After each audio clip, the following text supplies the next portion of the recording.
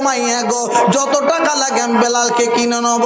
উমাইয়ার কাছে বাবা ওই সময়তে অনেক টাকা দিয়ে আল্লাহর নবীর সাহাবী বেলালকে কিনে নিয়েছে। একবার কি জোরে বলা যাবে না সুবহানাল্লাহ? ইন্নামাল মুসলিমুনা ইখওয়াতুন, এক মুসলমান অপর মুসলমানের ভাই। আল্লাহর নবীর সাহাবী হযরত আবু বকর সিদ্দিক টাকা দিয়ে কিনে নিয়ে, তাদের কত নিয়ত ভালো দেখেন, টাকা দিয়ে কিনে নিয়ে আজাদ করে দিয়েছে। বেলাল আবু বকরের সামনে দাঁড়িয়ে রয়েছে। আবু বকর, একটা কথা বলবো, আবার উমাইয়া তো কিনে নিয়েছিল, আমার তো ছাগল চড়াতে বকরি চড়াতে দিয়েছিল, আমার কি কাজ দিচ্ছ ভাই আবু বকর বলো?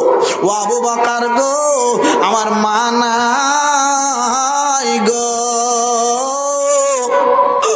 ও আবু বকর আমার আব্বা নাই, আমার ঘর বাড়ি নাই রে,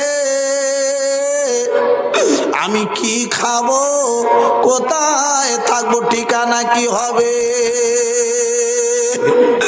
ওই সময়তে আল্লাহর নবীর সাহাবী আবু বকর ডেকে বলেন, ভাই রে আমি তোমার নিয়ে যাব এমন জায়গায়, তোমার কোনো চিন্তা করতে হবে না। বলে কোথায় নিয়ে যাবে বলো? বলে আমি তোমার নিয়ে যাব আমার বিশ্ব নবীর দরবারে নিয়ে যাব, আল্লাহর নবীর দরবারে, জনাবে মুহাম্মদ মুস্তাফা সাল্লাল্লাহু আলাইহি সাল্লামের দরবারে নিয়ে যাব। একবার জোরে বলুন সুবহানাল্লাহ। ভাই আমাকে নবীর কাছে নিয়ে যাবেন? চলো ভাই চলো, আমি যাব। আল্লাহ নবী সাহাবী হযরত আবু বকর সিদ্দিক বেলালকে নিয়ে চলে গেছেন আল্লাহ নবীর দরবারে। আল্লাহ নবী বসে আছেন, সালাম খানা দিল, আল্লাহ নবী জবাব দিলেন। বাবা আল্লাহ নবীর দরবারে ওই বেলালকে নিয়ে যাওয়ার পরে এইবারে আমার দয়ার নবী বিশ্ব নবী গো থাকতে পারলেন না, বেলালকে জড়িয়ে ধরেছে। ও বাবা বেলাল গো, বড় কষ্ট করে তুমি এসেছো বাবা বেলাল, ও বেলাল তুমি রক্ত জড়ানো কলেমা তুমি পড়েছো, একবার একটা কথা শোনো, আমি তোমাকে বলবো গো, আর চিন্তা করতে হবে না, আর কান্নাকাটি করো না, নবী গো আপনার কাছে বলবো আমি এত কষ্ট পেয়েছি, আর পিঠের দিকে চেয়ে দেখুন, পিঠের দিকে তাকিয়ে দেখুন নবীজি গো, আমার পিঠের চালে গোস্ত নাই, হাড় হাড্ডি গুলো দেখা যাচ্ছে। ওই উমাইয়া আমার গলায় দড়ি বেঁধে টানতে টানতে রাস্তা দিয়ে নিয়ে গেছে, আমার গায়ের গোস্ত গুলো ছিঁড়ে ছিঁড়ে কাকরে পাথরে বেঁধে রয়েছে নবী গো, আমার এত জ্বালা যন্ত্রণা হচ্ছিল, আল্লাহর বড় নবী পয়গম্বর আমি বুঝতে পেরে গেছি। ও বেলাল কি বড় নবী, কেমন করে তুমি বুঝলে একবার বলো? ইয়া রাসূলুল্লাহ হাবিবাল্লাহ নবী গো, আমার এত জ্বালা যন্ত্রণা হচ্ছিল, পিঠের চালে বড় কষ্ট হচ্ছিল, বড় যন্ত্রণা হচ্ছিল, গায়ের গোস্ত নাই, রক্ত মার হচ্ছিল বলে, ও নবী গো আপনি যখন আপনার হাতখানা নিয়ে আমার পিঠের চালে লাগিয়েছে, ওই সময়তে আমার যত জ্বালা যন্ত্রণা, আমার যত কষ্ট, যত ব্যথা বেদনা সব আমার দূর হয়ে গেছে, সেরে গেছে, চলে গেছে। আর একবার কি জোরে বলা যাবে না সুবহানাল্লাহ? আল্লাহ নবী আপনি বড় নবী, আমি বুঝতে পেরে গেছি। আমার ভাইরা, আমি নবীর কথা, সাহাবীর কথা বলছিলাম। আব্বা আমার ভাই একটুখানি টাইম তো আমার খুবই কম, আমার মায়েদের একটুখানি কথা আমার রাখতে হবে, কথা বুঝতে পেরেছেন? আমার মায়েদের একটুখানি কথা রেখে দিই। আমার মা বোনেরা এসেছেন বড় আশা করে, খোকা ভাই আসছে, আতাউল্লাহ আসছেন সুদূর কলিকাতা থেকে, একটুখানি কথা শুনবো, আমার মায়েদের হালকা করে একটুখানি দেবো। মা তোমরা একটুখানি ভালো হও। আরে আল্লাহ নবী বলেছেন মায়েদের 4টে কাজ, মেয়েদের 4টে কাজ। কটা কাজ জোরে বলুন? আল্লাহ নবী বললেন, মায়েরা খেয়াল করে শোনো, ও মায়েরা বোনেরা রে, তোমরা খেয়াল করে শোনো, চারটে কাজ তোমাদের জন্য। এক নম্বর হলো 5 ওয়াক্ত নামাজ আদায় করা।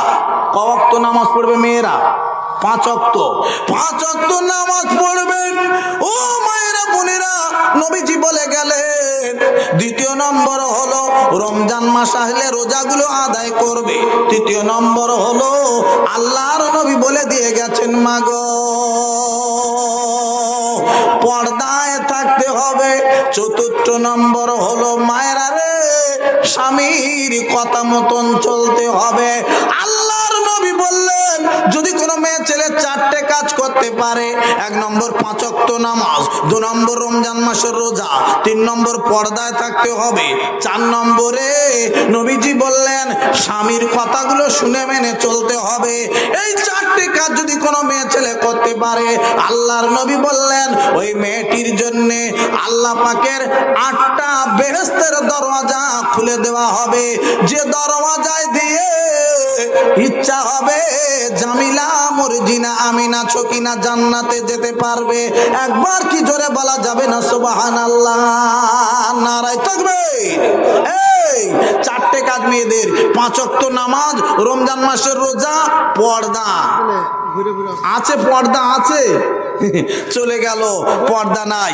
আব্বা কিছু মেয়ে ছেলেরা আছে স্বামীর মোটে মানে না। 4 নম্বর স্বামীর মানে, স্বামী যদি জিজ্ঞেস করে মর্জিনা, মমেনা, আমেনা, কি হচ্ছে অত চেল্লাচ্ছ কেন, অত চেল্লাচ্ছ কেন?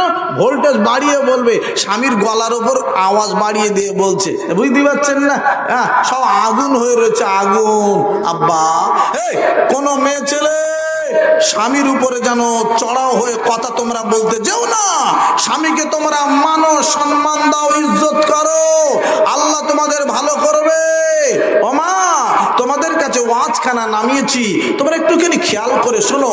আল্লাহ পাকের একটা নবী ছিলেন, নবীটার নাম নবী আইয়ুব আলাইহিস সালাম। কোন নবীর নাম বলেছি?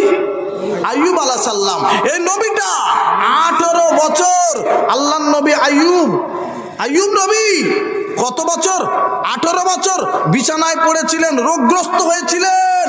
আল্লাহ পাক পরীক্ষায় ফেলে দিয়েছিলেন, গায়ে ঘা হলো, পোকা হলো।